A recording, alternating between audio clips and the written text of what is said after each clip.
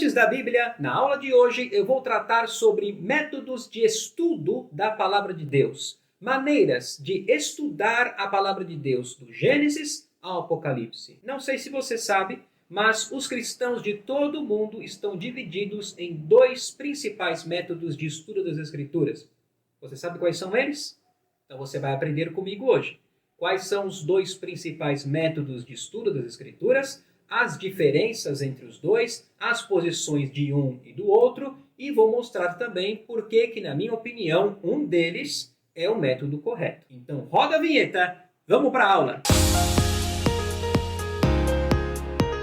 Antes, porém, não se esqueça de se inscrever em nosso canal, de curtir o vídeo se ele foi bênção na sua vida e ativar o sininho. Para nós, isso faz uma diferença enorme. E para você também é muito importante, porque quando nós publicarmos um vídeo, assim que publicarmos, você já recebe a notificação. Então vamos para a tela, para a gente aprender sobre os métodos de estudo da Palavra de Deus. Lembrando que nessa primeira aula nós vamos fazer uma introdução aos métodos de estudo da Palavra de Deus. Eu quero apresentar quais são esses métodos, as diferenças e características dos dois. Começando pelas apresentações. Quem são eles? Dispensacionalismo e teologia do pacto são dois métodos diferentes de estudo da Palavra de Deus. Então, quando falamos desses dois aqui, estamos falando de estudar a Palavra de Deus. Como estudar a Palavra de Deus? Cada um deles tem as suas regras e as suas posições. Atualmente, esses são os dois principais métodos de estudo das Escrituras adotados pela cristandade em todo o mundo. Vamos começar falando da teologia do pacto. O que vem a ser isso? A teologia do pacto, ou aliancismo, é o sistema teológico que crê que a igreja substitui Israel no plano de Deus. Então vai vendo comigo como esse negócio é complicado e perigoso. Por isso também, a teologia do pacto é conhecida como teologia da substituição. Os teólogos do pacto afirmam que as promessas de Deus para Israel são cumpridas na igreja, em especial as relacionadas às bênçãos e restauração de Israel à terra prometida, que são espiritualizadas ou alegorizadas em promessas de Deus para a igreja. É claro, vamos pegar as bênçãos, deixa as maldições com Israel. Então, a partir daqui, nós já percebemos que os teólogos do pacto adotam o método alegórico de interpretação das Escrituras. Eles pegam, por exemplo, eu trouxe aqui alguns textos do livro de Ezequiel, só para nós termos uma ideia. Aqui no capítulo 20 do livro de Ezequiel, versículo 42, nós lemos assim: Sabereis que eu sou o Senhor, quando eu vos der entrada na terra de Israel, na terra que, levantando a mão, jurei dar a vossos pais. É uma bênção que Deus está prometendo para Israel. Só que os teólogos do pacto dizem que isso se cumpre na igreja. Outro texto, também de Ezequiel, no capítulo 36, começando no versículo 24.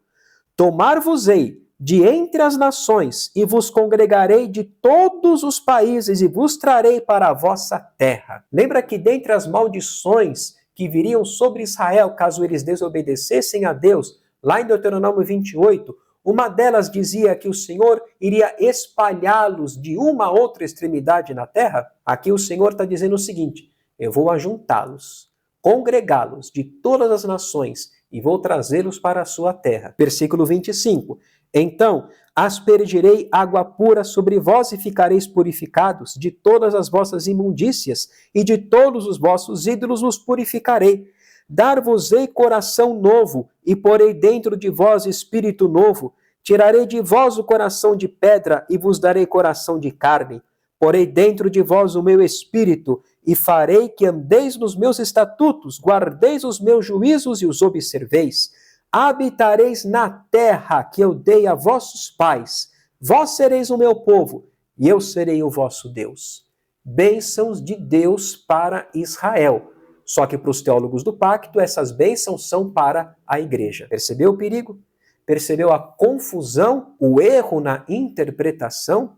Os teólogos do pacto interpretam a Bíblia pelo método alegórico. E como nós vimos, o método alegórico dá asas à imaginação, à fantasia. uma abertura ilimitada para você concluir o que você quiser. Por isso, os teólogos do pacto não acreditam que os judeus sejam o povo escolhido de Deus e não acreditam que Deus ainda tenha planos futuros específicos para a nação de Israel.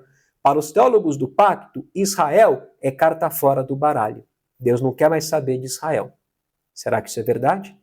Em outras palavras, para os teólogos do pacto, a igreja é o Israel de Deus. A respeito dessa história de que Deus não quer mais saber de Israel, Israel não é mais o povo de Deus, olha o que uma pessoa muito famosa escreveu certa vez. Não é minha intenção brigar com os judeus, nem aprender com eles como devem ser interpretadas as escrituras, já sei a verdade. Muito menos quero converter os judeus, coisa impossível e inútil. Os judeus foram abandonados por Deus, não sendo mais o seu povo, nem ele seu Deus. Forte, não? Quem é que escreveu isso? Esse é um trecho extraído do livro Dos Judeus e Suas Mentiras, escrito por Martinho Lutero, em 1543. A teologia do pacto, em sua forma sistematizada, organizada num sistema de estudo, é recente. Não era a doutrina da igreja primitiva. Nunca foi ensinada pelos líderes da igreja na Idade Média. Sequer foi mencionada pelos principais representantes da Reforma. A teologia do pacto surgiu esporadicamente e aparentemente de forma independente só no final do século XVI. Vamos agora para o dispensacionalismo. Uma das acusações mais ferinas feitas pelos teólogos do pacto contra os dispensacionalistas é que o dispensacionalismo, os teólogos do pacto dizem, é um método recente de estudo bíblico, portanto, é necessariamente errado. Entretanto, podemos observar conceitos dispensacionalistas, não dispensacionalismo organizado num sistema de estudo, conceitos, em obras bem antigas e dignas de crédito. Então, vou trazer aqui algumas destas obras. Conceitos dispensacionalistas não sistematizados, não organizados num sistema de estudo. Justino Mártir, que viveu de 110 a 165 depois de Cristo, na sua obra Diálogo de Trífo. Irineu, na sua obra Contra Heresias. Clemente de Alexandria distinguiu 3 dispensações patriarcais: Adão, Noé e Abraão. Então, em obras bem antigas, nós já vemos alguns conceitos do dispensacionalismo. Agora, sistematizações históricas, ou seja, o dispensacionalismo já organizado num sistema de estudo. Primeiro que nós temos que mencionar aqui, Pierre Poiret, foi um teólogo francês.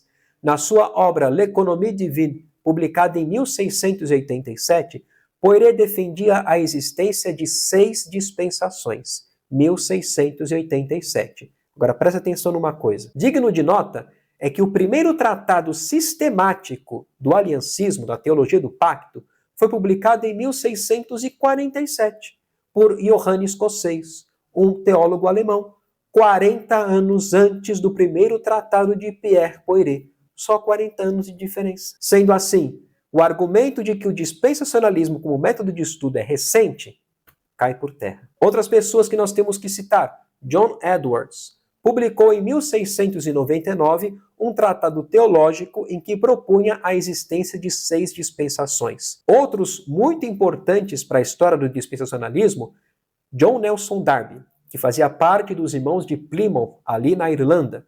Foi a partir dos escritos de Darby que a verdade do dispensacionalismo se tornou ainda mais conhecida.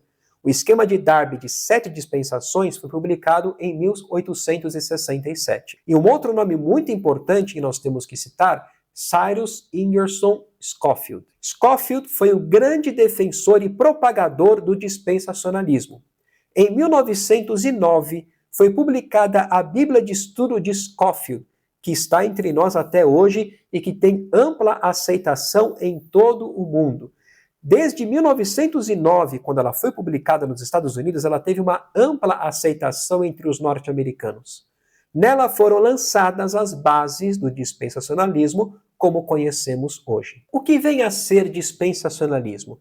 Note a diferença da teologia do pacto. O dispensacionalismo é o sistema teológico que, por sua ênfase na interpretação literal das Escrituras, o que o texto está dizendo, não o que eu acho, não colocando sentido na palavra de Deus, mas extraindo o sentido das Escrituras, reconhece que há sim diferença entre Israel e igreja. A igreja não substitui Israel no plano de Deus.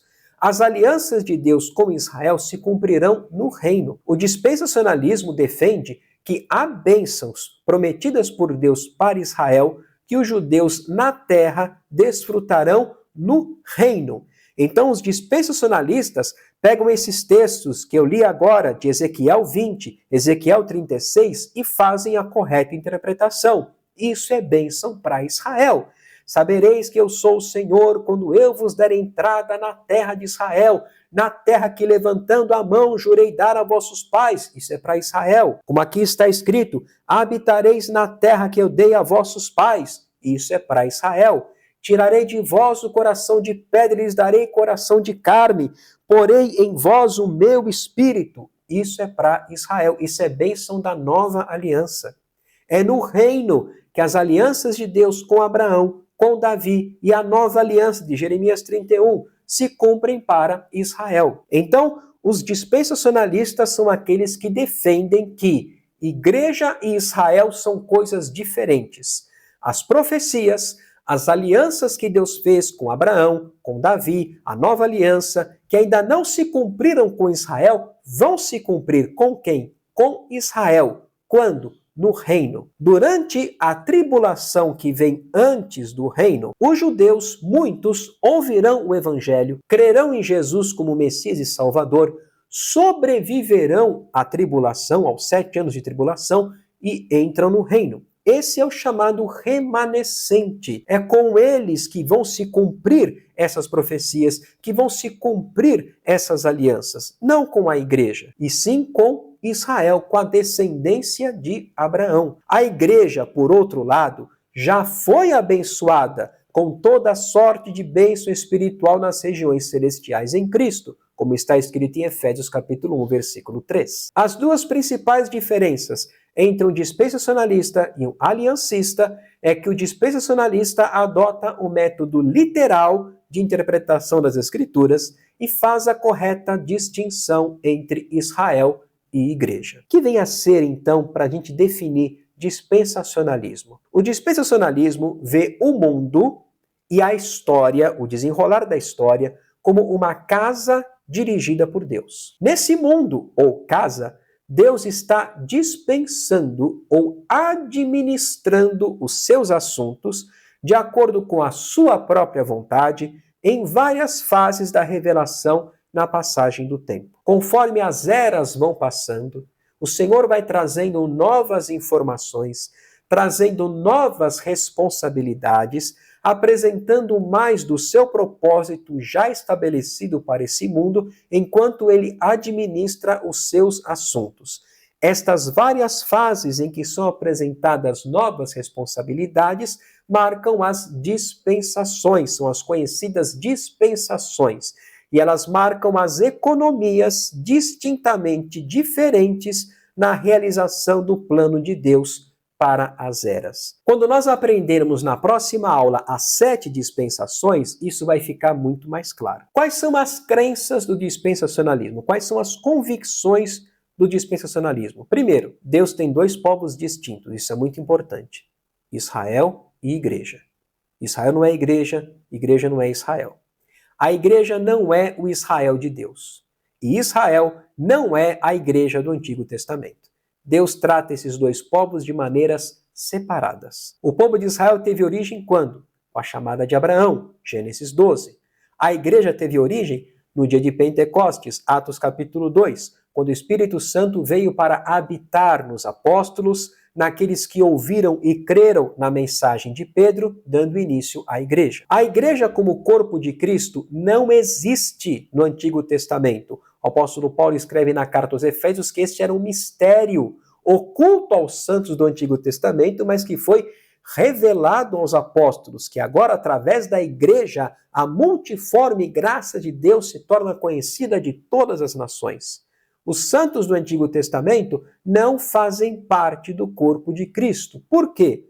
Porque para fazer parte do corpo de Cristo é necessário ser habitação do Espírito Santo. Uma vez que cremos em Cristo como Salvador, Jesus Cristo nos batiza com o Espírito Santo. O Espírito Santo nos imerge no corpo de Cristo. Isso é bênção da nova aliança, habitação do Espírito Santo. Os judeus que vão entrar no reino, com eles se cumprirá esta bênção. Eles serão a habitação do Espírito Santo.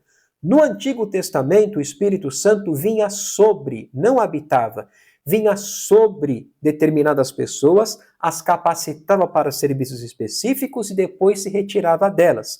O ministério do Espírito Santo no Antigo Testamento era temporário. Hoje, o ministério do Espírito Santo é permanente. Ele habita e para sempre habitará em todo aquele que crê em Jesus como Salvador. Todas as profecias com relação a Israel deverão se cumprir literalmente com Israel como nação. Aquilo que nós lemos e o que os profetas registraram, Isaías, Jeremias, Zacarias e tantos outros, tudo isso se cumprirá. Com quem? Com Israel. Nenhuma profecia do Antigo Testamento se refere à igreja, pois isso violaria a literalidade. A igreja é um parêntese na história. A igreja só nasceu pelo fato de Israel ter rejeitado o Messias. Lá em Gênesis 12, Deus chama um gentil, Abraão, faz com ele uma aliança e a partir dele começa a formação de uma nação. Essa nação deveria ser a principal, ela deveria ser a cabeça das nações, deveria ser uma nação sacerdotal, se obedecessem ao Senhor. Através de Israel é que as demais nações deveriam conhecer o verdadeiro Deus, mas eles rejeitaram o Senhor. Quando?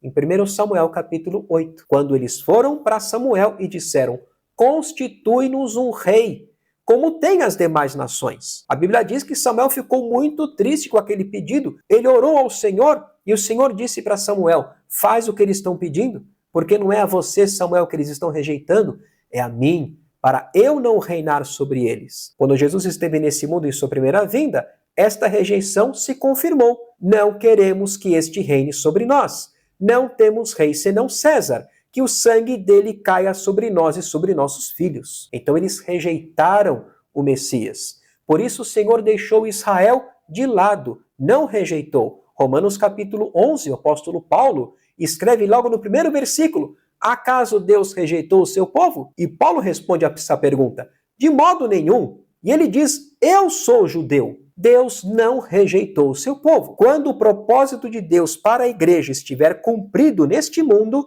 o Senhor vai tirar a igreja de cena, é o arrebatamento. Quando a igreja sair de cena, Deus volta a tratar com a nação de Israel, é a tribulação. A Bíblia diz lá no livro de Malaquias que o Senhor vai purificar a nação de Israel como o ourives refina a prata. Como é que o ourives refina a prata? Fazendo-a passar pelo fogo, por duras provas. Zacarias diz que 2/3 dos judeus vão morrer na tribulação.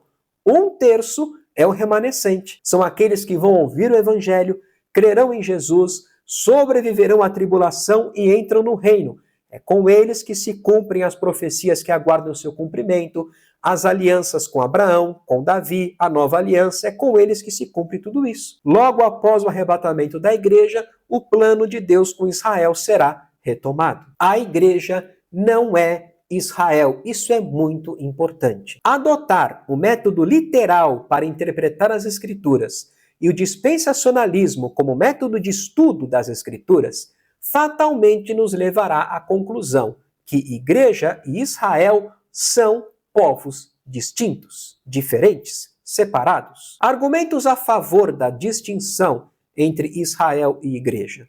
Lá no capítulo 10 da carta aos Romanos, o apóstolo Paulo escreve assim: irmãos, a boa vontade do meu coração e a minha súplica a Deus a favor deles são para que sejam salvos. Neste versículo, todos os crentes, incluindo os que adotam o método alegórico, os teólogos do pacto, entendem que Paulo está neste versículo de Romanos 10:1, suplicando em favor da salvação dos judeus. A minha súplica a Deus a favor deles de quem? Dos judeus, são para que sejam salvos. Agora, se a igreja é o Israel de Deus, então para que suplicar pela salvação deles? Se concluirmos que a igreja é o Israel de Deus, então seremos levados a concluir também que a igreja começa quando? Lá em Gênesis 12, com Abraão. Só que tem um problema. Se isto for verdade, então Jesus errou. Lembra quando o Senhor Jesus estava com os discípulos e ele perguntou para os discípulos: olha, essas multidões aí, elas dizem que eu sou quem? E os discípulos disseram: uns dizem que o Senhor é Elias, outros dizem que o Senhor é Jeremias ou algum dos profetas. Mas vocês, quem vocês dizem que eu sou? E Pedro respondeu: tu és o Cristo, o Messias, o Filho do Deus vivo. E ali o Senhor Jesus fala a seguinte afirmação: também eu te digo que tu és Pedro, pedrinha, e sobre esta pedra, qual? A afirmação que Pedro fez: Cristo, Filho do Deus vivo. Jesus estava apontando para ele. Esta pedra, Cristo, Filho do Deus vivo. Olha o verbo no futuro. Edificarei. O verbo está no futuro. Se a igreja começou com Abraão, Jesus tinha que ter falado edifiquei, porque Abraão está lá atrás e as portas do inferno não prevalecerão contra ela. Olha outra coisa interessante. Se nós admitirmos que a igreja começou com Abraão, temos que fazer alguma coisa com aqueles que vieram antes de Abraão. O que a gente faz com eles? Adão, Eva, Noé, Sem, Enoque. Todos vieram antes de Abraão. Onde a gente coloca eles? Eles são o quê? Pré-igreja? Existe pré-igreja? Olha que texto interessante esse. Não vos torneis causa de tropeço, nem para judeus, nem para gentios, nem tampouco para a igreja de Deus. Tem 3 grupos aqui. É assim que Deus olha para o mundo hoje. 3 grupos. Aos judeus, aos que não são judeus, então gentios, todas as demais nações, e há aqueles que confessam a Cristo como Salvador, que são habitação do Espírito Santo, que são igreja, organismo cujo cabeça é Cristo. Judeus, gentios, igreja. Não há um único versículo na Bíblia em que a palavra Israel refira-se à igreja. Como é que se dá a entrada na nação de Israel? Pelo nascimento. Como se dá a entrada na igreja, no corpo de Cristo? Pelo novo nascimento. Percebeu a diferença? Quais são as características das dispensações? Primeiro, há sempre 2 partes envolvidas. Aquela que tem autoridade de delegar tarefas ou deveres e a outra que tem a responsabilidade de cumprir tais encargos, tais tarefas ou deveres. Só que aquele que recebe a responsabilidade fracassa no cumprimento dos encargos que lhe são entregues. Por consequência, há um juízo estabelecido pela autoridade. Então, em todas as dispensações, nós vamos ver responsabilidade, o fracasso e o juízo. Nas dispensações, 3 coisas podem acontecer. Alguns princípios da dispensação anterior podem continuar. Alguns princípios podem se encerrar. Princípios novos são introduzidos. Do ponto de vista de Deus, dispensação é uma administração. Do ponto de vista do homem, dispensação é uma responsabilidade. Uma dispensação começa quando os detalhes da administração são mudados. Uma coisa que nós precisamos entender é que Israel é a apólice de seguro da igreja. Se Deus falhar com Israel, que garantia nós, igreja, temos que ele não vai falhar conosco também? Mas para garantir que Deus jamais falhará com aqueles com quem Deus disse, com amor eterno eu te amei, lá no livro de Jeremias, no capítulo 31, nos versículos 35 a 37, olha o que o Senhor diz. Assim diz o Senhor, que dá o sol para a luz do dia, e as leis fixas a lua e as estrelas para a luz da noite, que agita o mar e faz bramir as suas ondas, Senhor dos exércitos é o seu nome. Se falharem estas leis fixas diante de mim, diz o Senhor, deixará também a descendência de Israel de ser uma nação diante de mim para sempre. Assim diz o Senhor, se puderem ser medidos os céus lá em cima, e sondados os fundamentos da terra cá embaixo, também eu rejeitarei toda a descendência de Israel, por tudo quanto fizeram, diz o Senhor. Sabe qual é a chance do Senhor rejeitar Israel? É a mesma de você verificar se depois da lua não vai vir o sol. Se depois da lua não vier o sol, o Senhor rejeitou o seu povo. Mas desde que esse mundo foi formado por Deus, depois do dia vem a noite. E quando o sol se põe, vem a lua. E depois da lua vem o sol. Assim como essas leis são fixas, assim também o Senhor jamais rejeitará o seu povo. Ele vai voltar a tratar com Israel. Quando? Na tribulação. Quando a missão da igreja neste mundo estiver concluída, a igreja sai de cena, é arrebatada. Depois do arrebatamento, vem a tribulação. Depois da tribulação, vem o reino. Esta foi a nossa introdução aos métodos de estudo da Palavra de Deus. Vimos o dispensacionalismo, a sua história, como ele começou, as suas crenças, vimos a teologia do pacto, como começou o aliancismo, as suas crenças, e vimos também como, na minha opinião, o dispensacionalismo é a maneira correta de se estudar a Palavra de Deus. Na próxima aula, nós vamos falar sobre as 7 dispensações. E eu convido você a embarcar comigo numa viagem do Gênesis ao Apocalipse, onde nós veremos claramente como, com o passar das eras, o Senhor vai trazendo novas responsabilidades, o Senhor vai trazendo mais informações sobre o seu propósito já definido para este mundo.